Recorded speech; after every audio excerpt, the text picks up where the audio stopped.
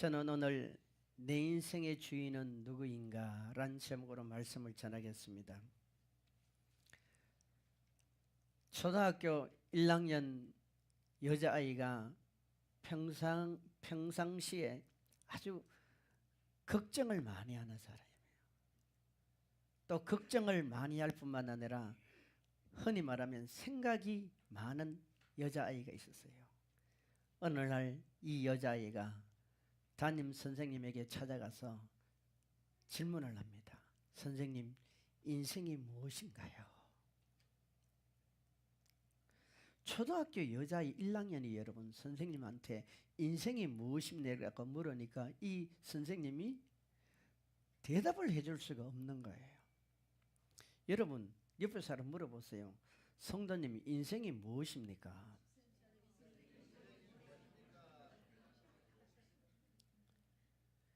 인생에 대해서 여러 지식인들은 이렇게 정의를 내렸습니다. 섹스피어는 말하기를 인생은 불확실한 항해이다. 인생은 마치 바다에 항해하는 배같이 항해는 하는데 앞으로 어떤 일이 펼쳐질지 아무도 모르는 그런 항해하는 배와 같다고 말했습니다. 여러분, 일반 사람들이 말했다면 그냥 그렇게 넘어갈 수 있지만 이 셰익스피어는 그런 사람이 아니에요. 뭐 우리가 흔히 옆에 알고 있는 김아무개, 박아무개 이런 사람이 아닙니다. 파스칼은 말하기를 인생은 우주의 영광이요 또한 우주의 모욕이다.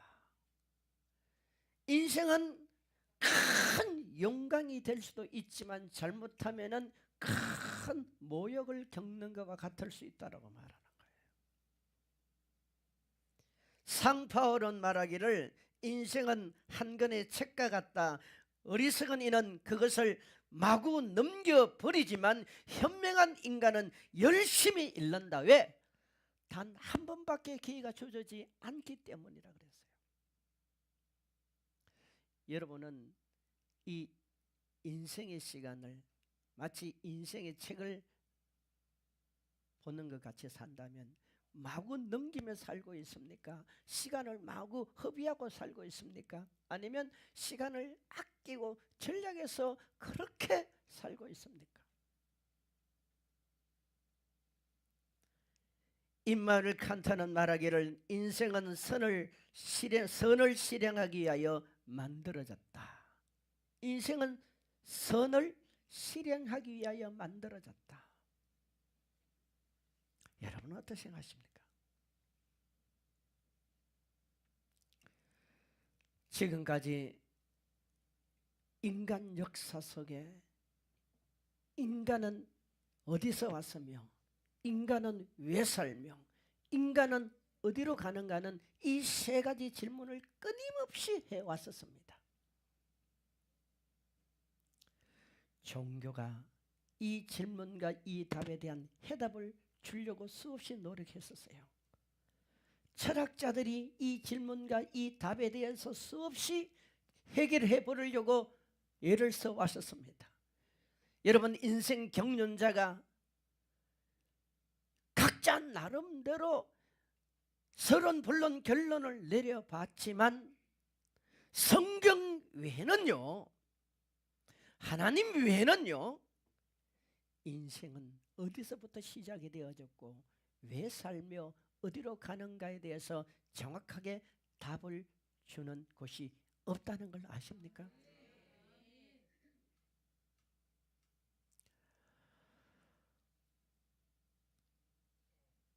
어느 가정에 부모님이 참 믿음이 좋으신 분이라 그 가정에 자녀들을 참 믿음으로 키웠어요. 근데 그 자녀들 가운데 둘째 딸이 어릴 때부터 신앙생활을 잘하고 교회 중심으로 그렇게 믿음으로 성장해 왔는데 이 둘째 딸이 대학을 졸업하고 직장을 들어가서 교제를 하는데 믿지 않는 남자와 교제를 하게 되었습니다. 그렇지 않아도 부모님이 좀 걱정이 되었어요. 왜냐하면 이왕이면 믿음의 가정에서 교회에서 잘 훈련되고 그렇게 신앙이 성숙된 형제를 만났으면 좋겠는데 그렇지 못한 형제를 만나서 교제를 하고 있어서 부모님들이 내심 걱정을 하면서 또 한편으로는 좀 헤어지기를 바랬었어요. 그래도 저러다가 친구로 사귀다가 말겠지 했는데 이게 점점 시간이 가면서 두 사람 사이가 관계가 깊어졌습니다. 어느 날 이 딸이 부모에게 와서 말합니다. 아버지, 어머니, 나 결혼할 거예요. 나 결혼할 거예요. 부모님 묻는 거예요. 내가 알고 있는 그 형제냐? 예, 맞습니다. 그런데 사실 그 형제는 부모가 전혀 예수를 믿지 않는, 전혀 기독교와는 반대 성향을 띠는 그런 종교성을 가지고 있는 부모님 밑에 아주 성경을 거역하고 거절하는, 하나님에 대한 존재를 전혀 인정하지 않는 그런 형제예요. 부모가 여러분 말릴 수밖에 없죠. 타이르고 때로는 좀 억압적으로 강요하면서 엄마 아버지가 지금 이렇게 살아보니까 정말 하나님의 인도를 받아서 믿음의 사람은 믿음의 사람을 만나야 돼 라고 아무리 설득을 해도 이 딸이 말을 듣지 않습니다. 나중에 부모와 이 딸이 서로 싸움이 되어버렸어요. 그때 이 딸이 뭐라고 말한 줄 아세요? 엄마, 아빠, 내 인생은 내 거야. 내 인생의 주인은 아빠도 아니고 엄마도 아니고 내가 주인이야. 그렇기 때문에 내 마음대로 할 거야 라고 통보식으로 부모에게 강요를 합니다. 여러분 물어봅시다. 여러분의 인생이 여러분 것입니까? 여러분의 인생의 주인입니까?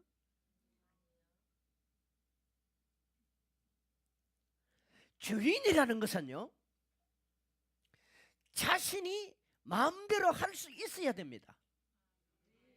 주인의 특징은요, 주권이 있고 권리가 있고, 아멘? 그렇기 때문에 주인은 자신이 원하는 모든 것, 자신이 생각하는 것, 모든 것, 자신이 하고 싶은 모든 것, 자신이 꿈꾸는 모든 것을 마음대로 할 수 있어야 주인이 되는 거예요. 근데 우리가 전도할 때, 우리 전도 훈련 많이 받잖아요. 받을 때 질문하는 것 중에 하나가 뭡니까? 선생님의 인생이 선생님 뜻대로 되시던가요? 한 사람도 여러분 자기 인생이 자기 뜻대로 됐다라고 말하는 사람 없어요. 왜? 인생의 주인은 자신이 아니기 때문입니다.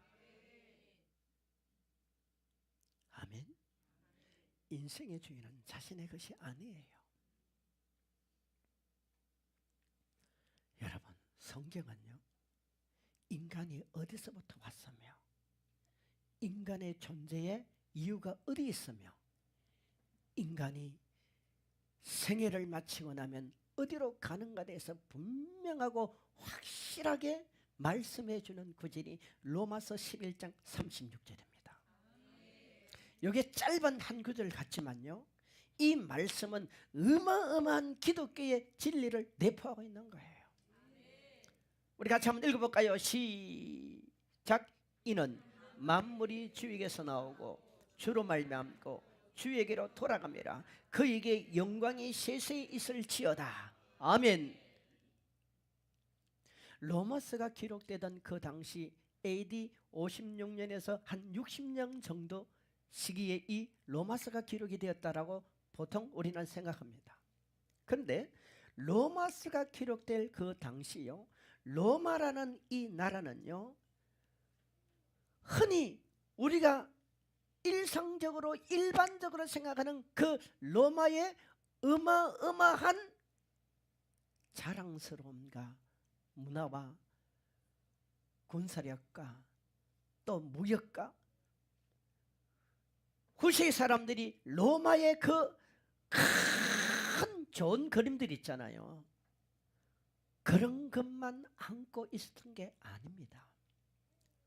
그 당시 로마는 개인주의가 팽배해가지고, 개인주의가 팽배할 뿐만 아니라 이 개인주의의 팽배함이 어디까지 연결이 되냐면은 개인주의의 쾌락으로 사로잡혀 있었어요. 그러니까 모든 사람들, 대부분의 사람들의 삶 자체가 뭐냐면은 육신의 정욕과 안목의 정욕과 이생의 자락이라는 이 쾌락주의에 빠져 있었습니다. 사는 자체가요. 그래서 우리가 가끔 영화 같은 거 보면은 로마 황제를 비롯해서 그 당시 어떤 연회석을 벌리거나 어떤 행사들을 하면은 우리가 상상을 초월할 정도의 못된 짓들을 하는 걸 보잖아요. 그 뒤면에는. 왜냐하면 이 쾌락주의가 완전히 인간을 지배해가지고 삶 자체가 여러분 모두가 먹고 마시고 즐기자는 식의 삶이었어요. 뿐만 아니라 이다 보니까 어떻게 됩니까? 당연히 윤리와 도덕은 다 무너져 버리는 거예요. 여러분, 사람은요 개, 돼지, 소말하고는 달라요. 사람에게는 도덕성이 있는 거예요. 사람에게 윤리적인 측면이 지켜져야 됩니다. 이게 없다면 우리가 개, 돼지, 소말하고 뭐가 다르냐 이 말이에요. 그러다 보니까 영적으로 어떻게 되었어요? 영적으로 혼탁의 시대로 오염이 되어가는 겁니다. 다시 말하면요, 외형은 있는데 내면이 없었습니다. 껍데기는 있는데 그 속에는 다 썩고 병들고 문드러져 버린 거예요. 이런 시대의 이스라엘 백성들이 지금 특히 로마 교인들 가운데 예수 믿는 사람들은 사람들과도 싸워야 되고 문화와도 싸워야 되고 영적으로 싸워야 되고 모든 게 그들의 삶 자체가 전투적인 삶이었어요. 여러분, 예나 지금이라요 싸움을 좋아하는 사람은 없습니다. 여러분, 싸움이 좋아요? 평화가 좋아요? 싸움을 좋아하는 사람은 없어요. 또 사람이 사람을 싸우다 보면은 내가 싸워야 될 대상이 생겼을 때 대부분 사람들은 두려움으로 싸웁니다. 싸움을 해도 두려움으로 싸워요. 그러니까 이들의 삶 속에 어떤 생각이 지금 깊이 외부로부터 두려움이 와닿냐면은 과연 하나님이 살아계실까 하는 부분이에요. 또 하나, 내가 굳이 신앙생활을 해야 될까 하는 거예요. 내가 굳이 하나님의 말씀을 붙들고 전전긍긍하며 이렇게 윤리와 도덕적으로 거룩하게 믿음으로 살려고 노력할 필요가 있을까 하는 의문을 스스로 가지게 되는 겁니다. 그리고 또 하나, 자신보다 자신의 주변 사람들이 훨씬 더 행복하게 보여요. 더 인생을 재밌게 사는 것처럼 보인다 이 말입니다. 여러분 같으면 갈등하지 않겠어요?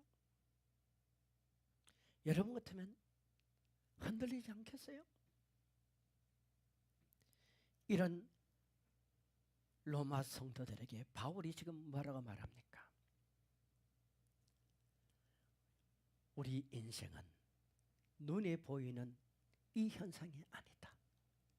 우리 인생은 우리가 먹고 마시고 듣고 손에 잡히고 감각적으로 느끼고 우리 눈에 나타나는 여러 가지 이런 사물적인 이런 것만이 우리 인생이 아니다.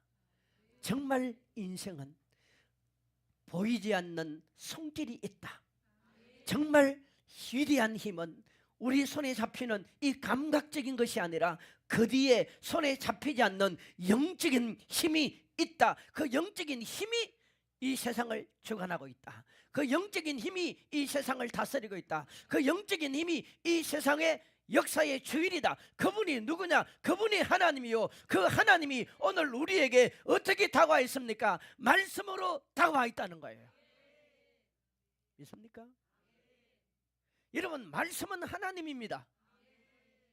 그 말씀이 우리 속에 말씀되게 하는 이 힘이 바로 성령의 역사란 말이에요. 믿기를 축원합니다. 그러면서 바울이 뭐라고 말합니까? 생각해봐라. 인간의 존재가 어디서부터 시작이 되었나? 지금 로마가 온 세계를 좌지우지하는 것 같고, 이 로마가 마치 천국 같은 조금의 현상이 눈에 보인다 할지라도 생각해봐라. 이 로마 황제도, 이 로마라는 나라도, 로마가 지금 누리는 여러 가지 국력과 사치스러움도 영원하지 않다. 오직 영원한 것, 오직 세세토록 영원한 것은 하나님이라. 하나님이라. 믿기를 축원합니다. 그러면서 존재의 이유는, 존재케 하신 이는, 존재의 원인자가 누구냐? 하나님이라. 그래서 성경이 이는 만물이 주에게서 나오고, 여러분, 로마의 황제도 누구로부터 나왔어요? 하나님으로부터 나왔어. 지금 로마인들도 누구로부터 나왔어요? 지금 성도들도 누구로부터 나왔어요? 모든 인간은 하나님부터 나온 거예요. 그러니까 하나님을 부정하고 하나님을 인정하지 않으면 인간은 하나의 아메바에 불과한 거예요. 미생물에 불과한 거예요. 여러분, 어떻게 저와 여러분이 미생물로 시작이 됩니까? 그런데 하나님은 우리를 존재케 한 능력자라는 거예요. 아멘. 우리가 장례식장에 가보면요, 참 이걸 많이 느껴요. 이 로마서 11장 36절의 말씀을 가지고 산 사람은요, 장례식이 참 은혜롭습니다. 물론 슬픔이 있지만 그래도 슬픔 속에도 위로가 있어요. 아쉬움이 있지만 아쉬움 속에도 감사가 생겨요. 왜? 어디서부터 왔느냐? 하나님으로부터 왔다는 걸 분명히 우리는 알고, 성경이 말합니까? 만물이 주에게서 나오고. 여러분, 파스칼 아니라 뭐 어떤 위대한 사람들도 성경에 근거하지 아니하면 우리 인생이 어디서 나오냐는 걸 모른다니까요. 모르니까 별별 소리를 다 하는 거예요. 우리는 하나님으로부터 나왔어. 존재 목적이 뭡니까? 존재 이유가 뭡니까? 아니, 정확하게 말하면 존재의 가치가 어디에 있느냐 이 말이에요. 지금 저와 여러분이 직장 생활을 하고 공부를 하고 사업을 하고 여러 가지 크고 작은 일들을 참 많이 하고 있습니다. 하지만요, 세상 사람들도 우리와 동일하게 합니다. 동일하게 하면서도 왜 그들의 삶 속에 그들이 감사가 안 되어지느냐? 왜 그들의 삶 속에 그들이 행복을 제대로 맛보지 못하고 사느냐? 왜일까요? 주로 말미암고 그랬잖아요. 모든 일은 예수님과 연관이 되어져야 돼.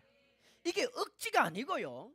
억지가 아니고요. 하나님이 우리를 존재케 한 이유가 여기 있단 말이에요. 성도 여러분, 사람 질문해 보세요. 내 육신 속에 이 사람의 몸이라는 것은 사람 몸 속에 누군가를 담고 있는 주인이 있습니다. 여러분 몸 안에 주인이 있어요. 그 주인이 누굽니까? 마음입니다. 너무 어렵게 생각하지 마시고. 몸은요, 마음이 원하는 대로 움직여져요. 그렇지 않아요? 근데 이 마음도 내가 잘 안 다스려집니다. 생각해 보세요. 마음이 병들면요, 육신은 당연히 병들게 돼 있어. 그러니까 육신이 강건하려면, 육신이 행복하려면 마음이 어떻게 돼요? 마음이 편안해야 돼요. 마음이 건강해야 돼요. 내 마음이 병들고 내 마음이 망가져 버렸는데 어떻게 여러분 육신이 건강하고 육신이 편안할 수 있습니까? 요한복음 8장 44절에 보면은 도적을 마귀에 비유합니다. 이 마귀는 악한 영은 영적인 존재잖아요. 눈에 안 보이잖아요. 눈에 안 보이는 이 악한 영들은 어디를 공격합니까? 우리의 마음을 공격하는 거예요. 그런데 우리 마음이 여러분 육신의 주인이라니까요. 따라합시다. 내 육신의 주인은 마음입니다. 근데 마음이 여러분 병들고, 마음이 시험 들고, 마음이 낙심하고, 마음이 여러분 무서워서 두려워 떨면은 그 마음을 누가 지켜줍니까? 그러니까 사단이 와가지고 우리에게 계속 불평과 원망과 한숨과 시기와 질투와 때로는 우리로 하여금 마음을 흔들어 놓는 거예요. 여러분, 이 마음을 지킬 수 있는 유일한 힘이 어디서부터 공급되느냐? 영으로부터 공급됩니다. 왜? 그 마음속에 자리 잡고 있는 이가 영이기 때문입니다. 이 영이 영혼이란 말이요. 이게 우리는 다른 말로 하면 성령이 되는 겁니다. 믿습니까? 성도 여러분, 여러분의 영이 건강해야 마음이 건강해집니다. 마음이 건강해야 하는 일이 어때요? 편안한 거예요. 마음이 건강하려면요, 하나님의 영으로 채우세요. 하나님의 영으로 채우세요. 하나님의 영으로 채우면요, 하나님은 우리 속에 오시면 꿈을 주시는 분이에요. 따라합시다. 하나님은 우리 속에 오시면 꿈을 줍니다. 사람은요, 뭘 먹고 삽니까? 꿈을 먹고 삽니다. 희망을 먹고 삽니다. 자녀들은, 청년들은, 아비들은, 이게 성령의 역사란 말이에요. 아멘. 그렇기 때문에 여러분, 우리가 하나님이 영이 하면 거하면은, 하나님의 영이 거하면 그 속에는 꿈이 생기게 돼 있는 거예요. 여러분, 꿈이 있는 사람은 소망을 가지고요, 꿈이 있는 사람은 절대 포기하지 않습니다. 여러분 생각해 봐요. 사람이 인생을 살아갈 때 아무리 기름진 음식이 있고 비단 옷이 있고 여러분 환경이 좋았다 할지라도 거기에 꿈이 없으면, 즉 사명이 없으면요, 그거는 하나의 사치에 불과하고 그것 때문에 인생은 타락해 버리는 거예요. 우리 예수 믿는 사람이요, 신앙생활을 한다는 게 뭡니까? 따라합시다. 신앙생활은 없었던 것을 찾는 것이 아니라 있었던 것을 회복하는 겁니다. 여러분, 신앙생활 자체가요, 뭡니까? 없었던 걸 만들어내는 게 아니에요. 하나님께서 우리의 조상 아담과 하와가 죄가 이 땅에 들어오기 전에 우리에게 주었던 그 모든 것을 우리가 예수 그리스도의 십자가를 통해서 회복하는 겁니다. 그래서 우리가 건강을 회복하고, 아멘, 우리가 마음의 평안을 회복하고, 우리가 죄에서 의인으로 회복하고, 우리가 지옥에서 천국으로 회복하고, 아멘, 우리가 가난에서 축복으로 회복하고, 이게 성경이지 않습니까? 이게 예수님의 십자가의 능력이란 말이에요. 그러면 그 하나님은요, 예수님이 십자가에 죽었을 때 생각해 보세요. 예수님은 십자가에 죽었을 때 꿈이 있었어요. 그 꿈이 뭐겠어요? 나를 믿는 자는 하나님이 처음에 창조했던 그 아담과 하와가 잃어버렸던 그 모든 과거의 축복을 예수님이 십자가를 통해서 회복시켜주는 게 하나님의 꿈이야. 그래서 우리가 이 땅에 왕같은 제사장으로 사는 거예요. 우리가 하나님의 자녀로 사는 거예요. 여러분과 나는 왕이에요.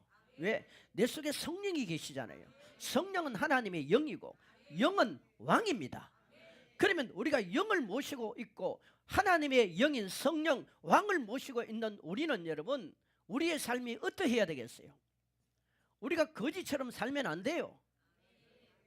우리는 아무것도 없어도 꿈을 가져야 됩니다. 희망을 가져야 됩니다. 소망을 가져야 됩니다. 왜? 이게 주인을 기쁘게 하는 거예요. 사람은 세 가지가 돼야 돼요.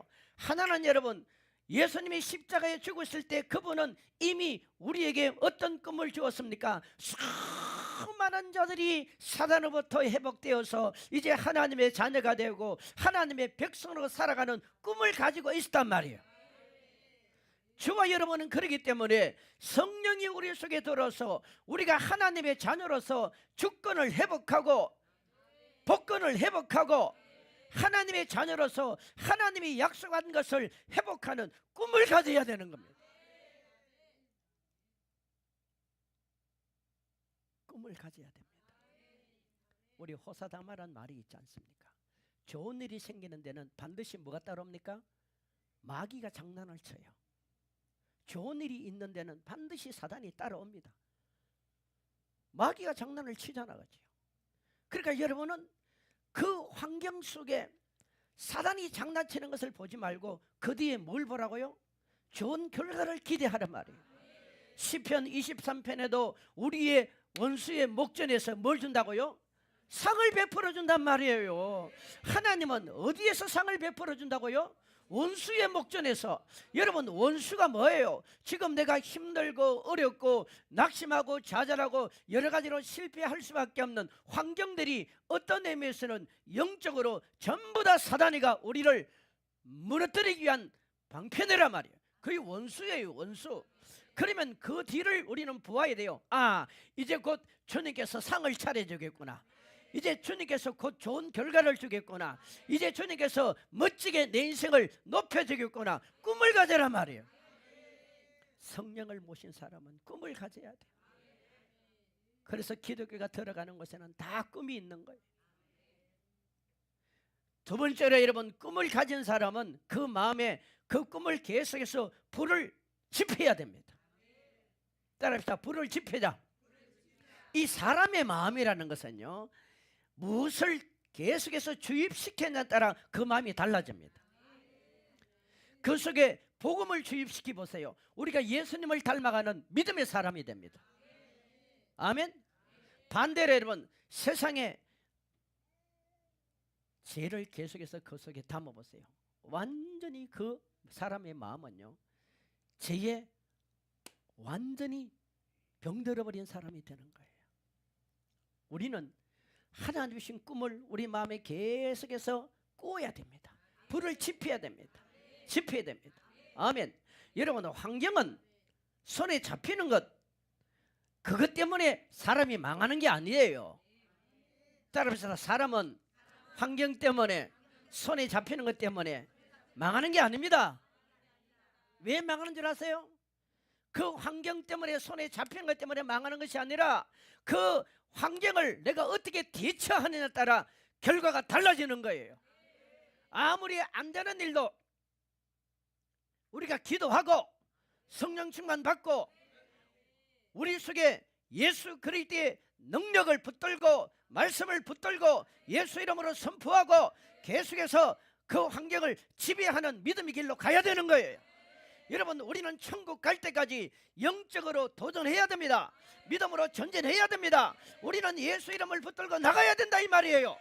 제가 수없이 말씀드리지만 베드로서 3장 7절로 8절 9절에 내려가 보세요. 하나님은 어차피 세상은 다 죄로 오염되어서 불로 태워버린다 그랬습니다. 하나님의 의도는 어디에 있습니까? 하나님이 창조한 이 세계, 우리가 흔히 말하는 이 물질 세계, 흔히 말하는 세상을 여러분, 하나님은 다 불태우는 걸 원하지 않습니다. 하지만 그럴 수밖에 없는 것은 죄로 오염되어 버렸기 때문입니다. 하나, 지금 우리가 살아가는 이 시대는 나도 구원받아야 되고 구원받아야 될 사람들이 너무 많아.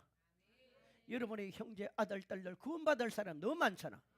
그러면 그 구원받을 사람들에게, 열방을 향하여 복음을 전해야 될 그 사람들에게 주님은 너희들이 가지고 있는 모든 것을 활용하라 이 말이에요.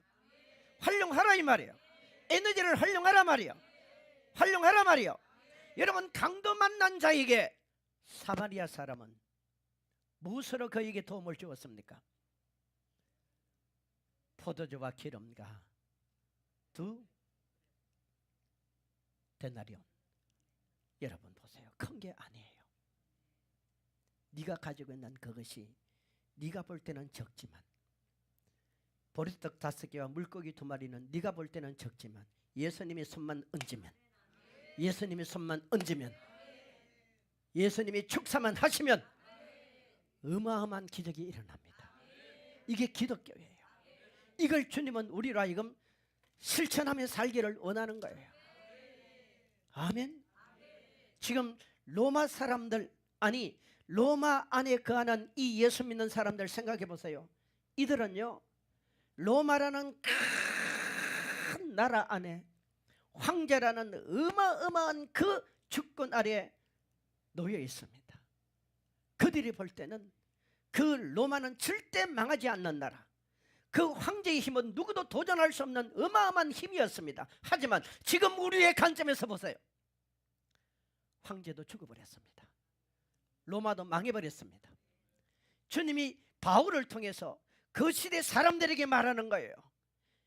그에게 영광이 세세토록 있을지어다. 하나님만이 영원하다는 얘기를 하는 거예요. 하나님만이 영원하다는 얘기를 하는 거예요. 언젠가 여러분 우리 눈에 보이는 이 세계도 언젠가는 끝이 날 것입니다. 영원한 게 아닙니다. 영원한 게 아니에요. 영원한 이는 하나님이셔요. 하나님이셔요. 그리고 주님은 선포하라 말하는 거예요. 우리가 하나님의 꿈을 가지고 그 꿈을 가슴에서 계속 지피는 거예요. 지펴야 돼요. 아멘. 성령은요, 여러분과 내가 예수 믿는 사람들이 이 땅을 그냥 아무렇게나 꿈도 없이 소망 없이 살아가기를 원하지 않아요. 우리가 사명 감당 때문에 어떤 사람은 물질적으로 가난할 수도 있고 병이 들 수도 있고 또 주변 사람으로부터 왕따 당할 수도 있지만, 근본적으로는 여러분, 하나님은 그러할지라도 그 어떤 곳에서 무엇을 할지라도 하나님은 우리 모두에게 너는 사명자라고 말하고 있는 겁니다. 우리는 다 사명자입니다. 우리는 예수 드러낼 사명자입니다. 예수를 전해야 될 사명자입니다. 그렇기 때문에 여러분, 우리는 선포해야 돼요. 꿈을 가지고 그 꿈을 가슴에 계속 불태우고 그리고 선포해야 돼요. 선포해야 돼요. 여러분, 이왕 우리 인생을 살아갈 때 안 좋은 것을 말하실랍니까? 좋은 것을 말하실랍니까? 죽은 소리를 고백하실랍니까? 생명의 소리를 고백하실랍니까? 같은 일을 하면서도 왜 안 된다고 생각합니까? 된다라고 말하세요. 같은 환경 속에서도 어렵다라고 말하지 말고 감사하다고 말하세요. 지금 로마 성도들에게 하는 말이 뭡니까? 너희들이 존재하는 이유는 황제를 위해서가 아니다. 로마를 위해서가 아니다. 너희들은 하나님 앞에 부름받은 사명자요 하나님의 자녀이다. 그리고 언젠가 하나님이 너의 인생이 마무리되어질 때 그분이 너희들을 천국으로 이끌어갈 것이다. 거기에 대한 확신함을 가져라. 거기에 대해 흔들리지 말라 얘기하는 거예요. 여러분, 우리를 흔들어 놓는 것이 환경입니다. 우리를 흔들어 놓는 것이 문제예요. 우리를 흔들어 놓는 것이 여러분 사람 아닙니까? 하지만 하나님은 뭐라고 말합니까? 그 뒤에 내가 있다는 거예요. 하나님이 있다는 거예요. 그 뒤에 하나님이 있다는 거예요. 주의 영이 있다는 거예요. 예수가 있다는 거예요. 천국을 믿습니까? 천국을 믿습니까? 천국은 여러분 그냥 가면 안 돼요. 준비해서 가야 돼요. 준비해서 가야 돼요. 하나님은 저와 여러분에게 11조를 요구합니다. 하나님은 저와 여러분에게 헌신을 요구합니다. 하나님은 저와 여러분에게 희생을 요구합니다. 그 이유가 뭔 줄 아십니까? 하나님이 아무것도 없어도 그분은 외로운 분이 아니에요. 그분은 고독한 분이 아니에요. 성경은 뭐라고 말합니까? 계시록 22장 22절에 내가 행한 대로 갚아주리라. 내가 심은 대로 거두게 하리라. 아멘. 바울이 지금 로마서 성도들을 향하여 뭐라고 말합니까? 멈추지 말라 이 말이에요. 멈추지 말라 말이에요. 중단하지 말라 말이에요. 중단하지 말라 말이에요. 우리 예수 믿는 사람은 주님이 오시는 그날까지 멈출 수 없습니다. 중단할 수 없습니다. 가야 됩니다. 그 길이 세상 사람이 알아주든 아니해주든 그 길이 십자가를 지고 가는 길이든 아니든 제가 가야 될 길이 있고 여러분이 가야 될 길이 있습니다. 우리 모두가 함께 가야 될 길이 있습니다.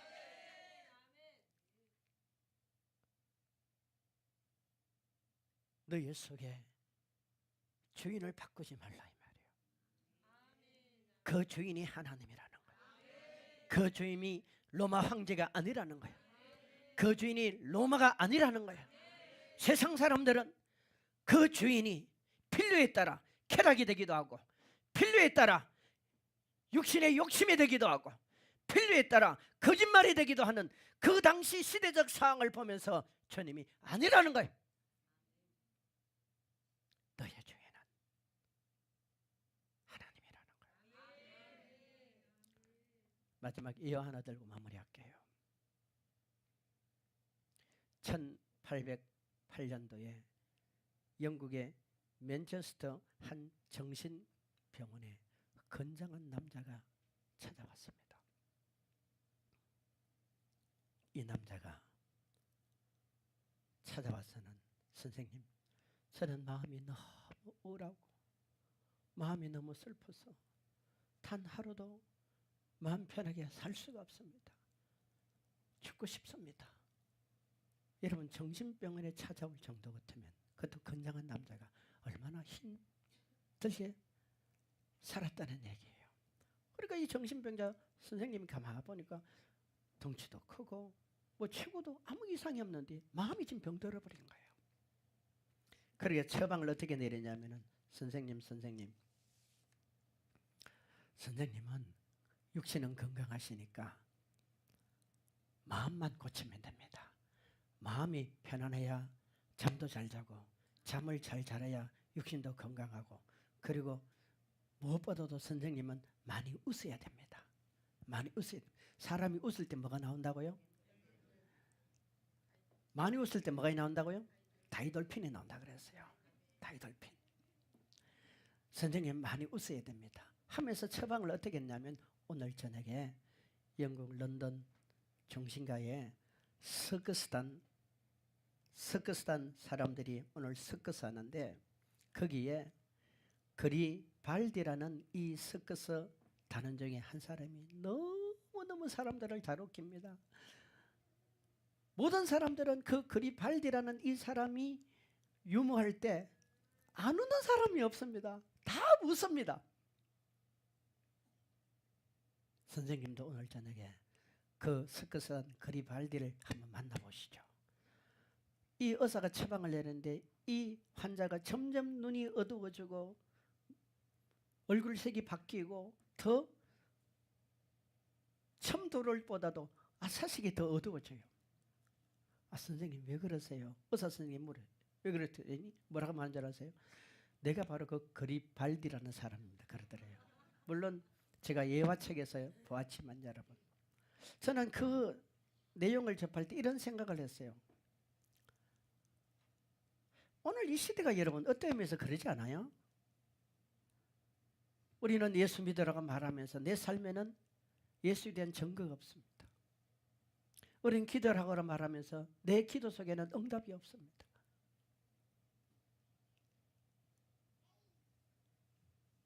성도 여러분, 신앙은 그게 아니잖아요. 정리할게요. 여러분 마음에 주인을 바꾸지 마세요. 아니, 잘못된 주인을 모시고 있다면 그 주인을 주님으로 바꾸세요. 우리가 예수님을 주님이라 부릅니다. 주님이란 뜻이 뭡니까? 주인이란 뜻입니다. 주인이란 뜻입니다. 성도 여러분, 주님을 주인으로 모시는 사람은 나타나는 현상, 보이는 환경, 크고 작은 문제, 이런 것에 의해서 좌지우지되는 게 아닙니다. 그것은 그냥 일시적인 거예요. 그 내면 속에 계시는 주님의 약속을 붙드세요. 주님의 약속을 붙드세요. 여러분은 잘 됩니다. 여러분은 잘 됩니다. 여러분은 평안합니다. 여러분은 행복합니다. 여러분은 기쁩니다. 옆에 사람은 합시다. 말씀을 들었으면 실천해야지. 시작.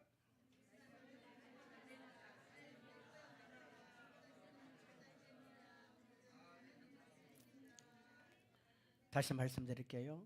우리에게 꿈이 있어야 됩니다. 성령이 주는 꿈이 있어야 됩니다.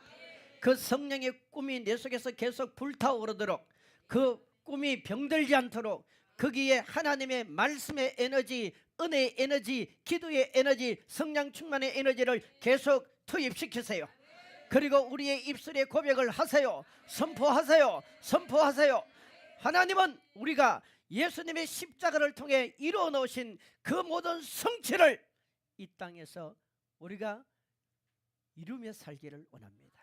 이게 주님의 뜻이에요. 기도합시다. 하나님 감사합니다. 오늘 우리가 주인이 주님이십니다. 내 인생의 주인이 주님이시고, 내 삶의 주인이 주님이시고, 내 마음의 주인이 주님이시고, 우리가 주님으로부터 와서 주를 위해 살다가 주에게로 돌아간다는 이 인생의 세 가지 문제에 정확한 답을 주님이 주시면서 내가 주인이다라고 말하고 있습니다. 이 주인 모시고 살아가는 우리 모든 성도들 되게 하옵소서. 예수님의 이름으로 기도하옵나이다. 아멘.